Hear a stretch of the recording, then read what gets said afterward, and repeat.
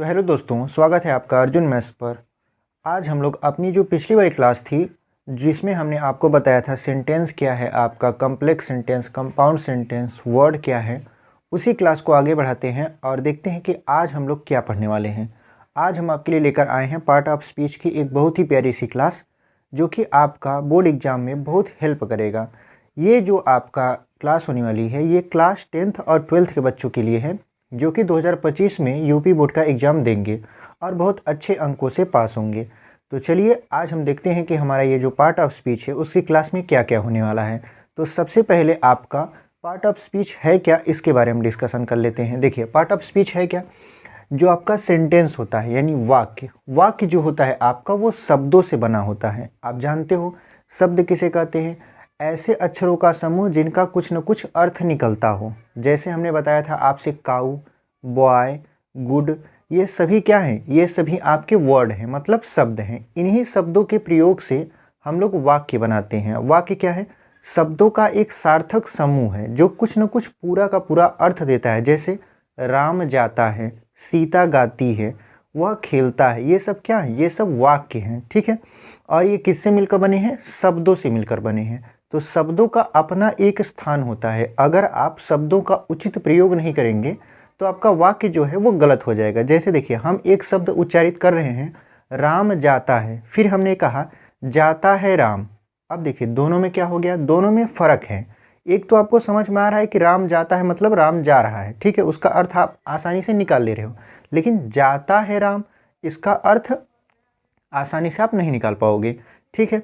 तो जब आप शब्दों का उचित प्रयोग करके जो आपका सेंटेंस बनाते हो वो आपका वाक्य होता है यानी सेंटेंस होता है। और शब्दों का उचित प्रयोग ही क्या कहलाता है? आपका पार्ट ऑफ स्पीच कहलाता है। अगर सब मतलब एकदम शॉर्टकट में बोलें तो शब्दों का जो उचित प्रयोग है वही आपका क्या कहलाता है? Part of speech. यानी देखिए, लिखा है वाक्य जो है यानी सेंटेंस से शब्दों के प्रयोग से बनता है। जी बिल्कुल बनता है।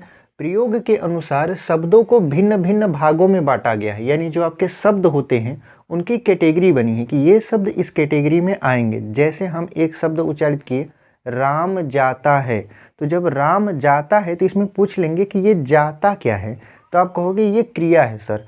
तो अब अगर आपसे पूछें कि ये जो जाता है वो तो क्रिया है, वो सब्जेक्ट क्यों नहीं हो सकता? तो आप कहेंगे कि वो सब्जेक्ट के स्थान पर नहीं लग सकता, वो क्रिया की कैटेगरी का है तो वो उसी में आएगा। यानी शब्दों का अपना एक कैटेगरी है जो आपका वाक्य में प्रयोग करके उसको मीनिंगफुल बनाते हैं। तो वही कह रहा है कि वाक्य जो है शब्दों के प्रयोग से बनता है। शब्दों के अनुसार, आपका प्रयोग के अनुसार शब्दों को भिन्न भिन्न भागों में बांटा गया है। इन्हें शब्द भेद कहते हैं, यानी इंग्लिश में पार्ट ऑफ स्पीच कहते हैं। अगर हिंदी में पूछे कि पार्ट ऑफ स्पीच का मतलब क्या है, तो पार्ट ऑफ स्पीच का मतलब होता है शब्द भेद, ठीक है। अब इस पार्ट ऑफ स्पीच में कुछ आपके शब्द आते हैं, मतलब कुछ एरियाज आते हैं जिनको हमको स्टडी करना है। जैसे आपसे पूछेगा कि पार्ट ऑफ स्पीच कितने प्रकार के होते हैं, तो आप बताओगे 8 प्रकार के। लेकिन आपके जो कुछ लोग ऐसे होंगे जो कहेंगे कि नहीं नहीं, पार्ट ऑफ स्पीच 9 प्रकार के होते हैं, आर्टिकल भी उसमें शामिल होता है। तो देखिए, कुछ किताब आर्टिकल को मानते हैं पार्ट ऑफ स्पीच और कुछ किताब आर्टिकल को पार्ट ऑफ स्पीच नहीं मानते, ठीक है। तो हमने यहाँ पे आर्टिकल को अलग पार्ट में रखा है, जब हम आर्टिकल पढ़ेंगे तो उसमें बताएंगे। तो हमने माना है पार्ट ऑफ स्पीच के 8 प्रकार। कौन कौन से?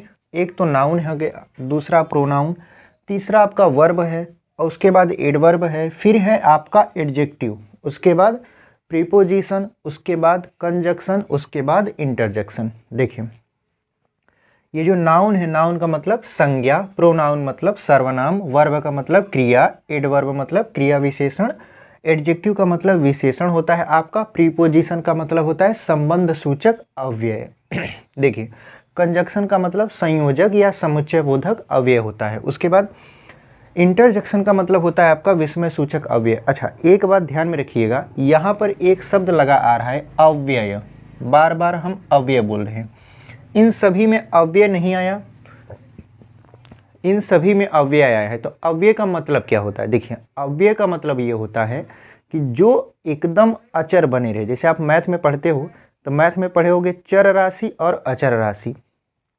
चर जो कि बदल जाए, अचर मतलब जो ना बदले, यानी जो अपने कर्ता के आपका कर्ता के अनुसार ना चेंज हो, यानी जो अपने कर्ता के अनुसार ना चेंज हो वो क्या कहलाते हैं? अव्यय कहलाते हैं। मतलब इनके लिंग, वचन आदि में कोई परिवर्तन नहीं होता। ठीक है, तो अब हम थोड़ा थोड़ा चर्चा कर लेते हैं क्या किसका? इन पार्ट ऑफ स्पीच के पार्ट्स का। ठीक है, इन पार्ट ऑफ स्पीच के एक मोटा मोटी चर्चा कर लेते हैं, उसके बाद हम लोग एकदम पार्ट वाइज आपके लिए क्लास लेकर आएंगे, जिसमें पहला आपका टॉपिक रहेगा नाउन, फिर दूसरा प्रोनाउन, ऐसे करके 8 टॉपिक आपके ख़त्म हो जाएंगे।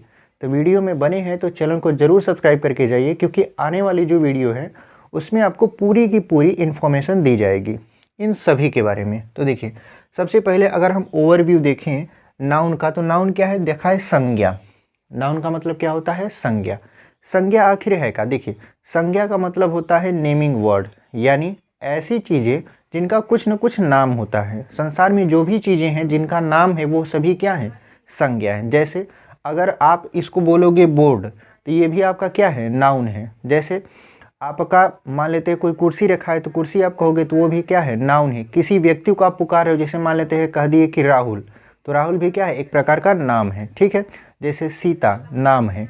यानी संसार में जो भी चीज़ें हैं जिनका नाम है वो सभी क्या है? नाउन है। यानी noun is a naming word. आपको समझ में आया होगा। नाउन का मतलब क्या होता है? संज्ञा। संज्ञा का मतलब नाम, यानी जिनका भी नाम है इन संसार में वो सभी क्या हैं? आपके नाउन हैं। तो उम्मीद करते हैं ये आपका थोड़ा सा ओवरव्यू है, ये समझ में आया होगा।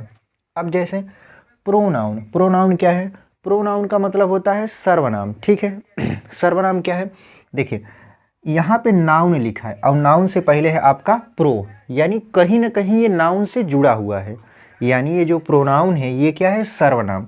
पूछता है प्रोनाउन का मतलब क्या होता है, तो सर्वनाम मतलब सबका नाम।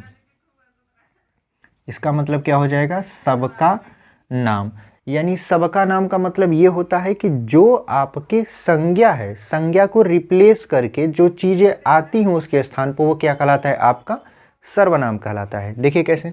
जैसे हम कहें कि देखिए राहुल पढ़ रहा है, एक एग्जाम्पल ले लिए, राहुल पढ़ रहा है। यहाँ पे जो राहुल है ये तो नाम है, हमने कहा नेमिंग वर्ड संज्ञा होती है, लेकिन राहुल को रिप्लेस कर दिया जाए, मतलब इसको यहाँ से हटा दिया जाए, इसके स्थान पर लिख दिया जाए वह। अब ध्यान समझिए, राहुल को हटा दिया गया, लिख दिया गया उसके स्थान पर वह। तो वह पढ़ रहा है, तो राहुल के स्थान पर कौन सा वर्ड हमने यूज किया? वह यूज किया। और ये क्या है? आपका प्रोनाउन है। यानी संज्ञा के स्थान पर आने वाले जो शब्द होते हैं उसी को बोलते हैं आपका सर्वनाम। ठीक है, यानी a pronoun is a word which used in a place of a noun. यानी सर्वनाम जो है आपका एक ऐसा शब्द है जो कि नाउन के स्थान पर यूज होता है। उम्मीद करते हैं आपको ये समझ में आया होगा। अभी आप एकदम मतलब एक ओवरव्यू ले लीजिए, बहुत ज़्यादा गहराई से नहीं बता रहे हैं। जब आपकी क्लासेस आएंगी तो उसमें एकदम डिटेल से चर्चा करेंगे, और एकदम धैर्य से पेन और पेपर लेकर बैठ जाइए और सारी चीज़ें नोट कर लीजिए। ठीक है, देखिए आगे है आपका वर्ब। वर्ब का है, वर्ब जो आपका है उसको बोलते हैं क्रिया। क्रिया का मतलब होता है जिस शब्द से किसी कार्य के करने या होने का बोध होता है। जैसे यहाँ पे हमने लिखा वह पढ़ रहा है, तो क्या कर रहा है? वो पढ़ रहा है। तो जो पढ़ने का जो काम है वो है आपका क्रिया। ठीक है, यहाँ पे जो पढ़ना है वो आपका क्या है? क्रिया है। यानी जो आपका शब्द किसी कार्य के करने या होने का बोध कराता है वही आपका क्या होता है? क्रिया होता है। अब आते हैं एडवर्ब पे।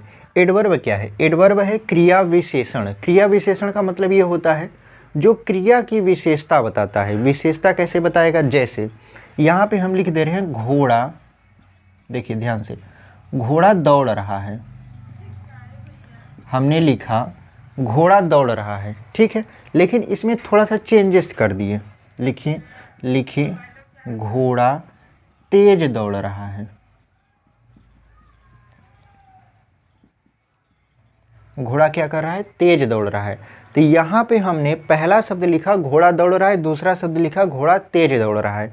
तो ये जो तेज है ये क्या है आपका? ये है एडवर्ब, मतलब क्रिया विशेषण, क्योंकि दौड़ना आपका क्या है? क्रिया है, और क्रिया की विशेषता बता रहा है कि दौड़ तो रहा है लेकिन तेज दौड़ रहा है, तो ये हो जाएगा आपका क्रिया विशेषण। यानी ऐसे शब्द जो क्रिया की विशेषता बताते हैं क्या कहलाते हैं? आपके क्रिया विशेषण कहलाते हैं। तो उम्मीद करते हैं आपको क्रिया विशेषण समझ में आया होगा। हम फिर से कह रहे हैं कि ये पूरा डिटेल वीडियो नहीं है, ये बस आपको समझाने के लिए वीडियो है कि ये सब एक बार आप इसका ओवरव्यू ले लीजिए, ताकि जब आपकी क्लासेस आए तो एकदम डिटेल से उसकी चर्चा हो।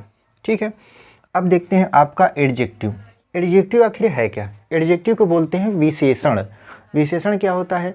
ऐसे शब्द, ठीक है, ऐसे शब्द जो कि आपका संज्ञा अथवा सर्वनाम की विशेषता बताते हैं। यानी ऐसे शब्द जो संज्ञा अथवा सर्वनाम की क्या बताते हैं? विशेषता, उसे हम लोग बोलते हैं विशेषण। जैसे राहुल बहुत, यहाँ पे लिख दे राहुल बहुत बूढ़ा है, ऐसे लिख देंगे, इसको बूढ़ा बना देंगे। देखिए यहाँ पे हमने लिखा राहुल बहुत बूढ़ा है, यानी वो तो मतलब एजेड है, लेकिन इसकी विशेषता क्या है? बहुत। बहुत का मतलब एकदम ओल्डेस्ट कंडीशन में है। तो ये जो बहुत वाला शब्द है वो क्या है? आपका विशेषण है। किसकी विशेषता बता रहा है? राहुल की। यहाँ पे राहुल लिख दे, ठीक है, यानी राहुल बहुत बूढ़ा है। तो यहाँ पे जो बहुत है वो क्या है? आपका विशेषण बता रहा है, यानी आपका संज्ञा का विशेषता बता रहा है। तो ये क्या हो जाएगा? आपका विशेषण हो जाएगा। जैसे यहाँ पे लिखें वह बिल्ली, ऐसे लिखते हैं वह बिल्ली काली है। वह बिल्ली कैसी है? काली है। तो अगर हम काली को छुपा दें ऐसे तो लिखेंगे वह बिल्ली है, तो वह बिल्ली, ये भी एक सेंटेंस है, लेकिन लिख दे वह बिल्ली काली है, तो इसकी विशेषता हो गई कि वो जो बिल्ली है वो कैसी है? काली है। तो ये जो काला शब्द है ये आपका क्या है? एडजेक्टिव है। उम्मीद करते हैं समझ में आया होगा। उसके बाद प्रीपोजिशन देखते हैं। प्रीपोजिशन क्या है?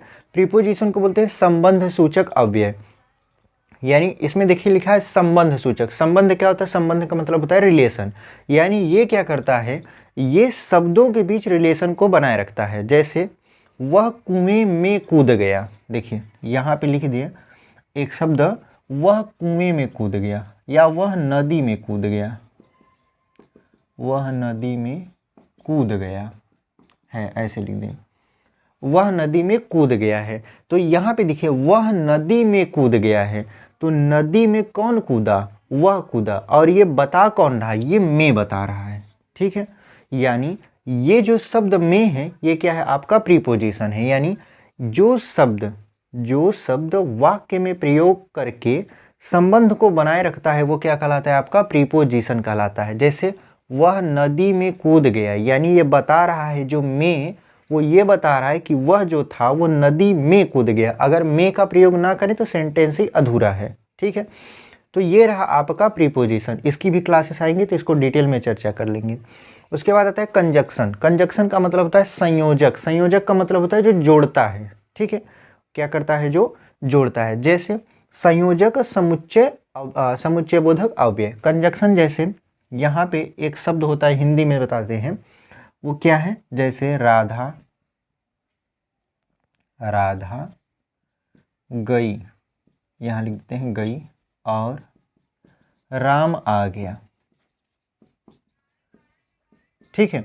राधा गई और राम आ गया। तो यहाँ पे देखिए एक शब्द है राधा, ठीक है। राधा गई ये एक पूरा वाक्य है, और राम आ गया ये भी एक पूरा वाक्य है। और दोनों वाक्यों को जोड़ कौन रहा है? यहाँ पे और जोड़ रहा है। तो ये जो और है ये क्या है? आपका कंजक्शन है। यानी राधा गई और राम आ गया, इसको दोनों को, यानी राम आ गया राधा गई, दोनों को कौन जोड़ रहा है? जोड़ रहा है आपका और। तो ये क्या हो गया? आपका कंजक्शन। यानी ऐसे शब्द जो दो स्वतंत्र वाक्यों को आपस में क्या करते हैं? जोड़ देते हैं, उसी को बोलते हैं हम लोग कंजक्शन। इंटरजेक्शन का मतलब होता है विस्मय सूचक अव्यय। विस्मय का मतलब आप समझते हो, विस्मय का मतलब होता है ऐसी चीज़ें जो अचानक घटित होती हैं। जैसे कहते हैं ना, bravo, we won the match, ठीक है। तो वी वॉन द मैच यानी शाबाश, हम बहादुरी से मैच को क्या किए? जीत गए। जैसे अलास, ही डाइड, यानी हाय, वह मर गया। तो ये सारे शब्द किस में आएंगे? ये आएंगे आपका इंटरजेक्शन में, ठीक है। तो इंटरजेक्शन को भी हम लोग क्या करेंगे? पढ़ लेंगे। तो उम्मीद करते हैं ये आपका जो वीडियो है कि ये पूरा का पूरा आपको समझ में आया होगा। आगे आने वाली जो क्लास है उसमें हम लोग नाउन का डिस्कशन करेंगे, यानी नाउन जो आपका है टॉपिक उसी को लेकर आएंगे और उसको डिस्कशन करेंगे। तो हमारी ये क्लास कैसी लगी कमेंट करके ज़रूर बताइए, और वीडियो आपको पसंद आई है तो अपने दोस्तों तक इसे ज़रूर शेयर करिए, लाइक करिए और चैनल को ज़रूर सब्सक्राइब करिए। हम लोग आपके लिए ऐसे ही आपका वीडियो लेकर आते रहते हैं। तो मिलते हैं आपसे एक अगले वीडियो में, तब तक के लिए धन्यवाद।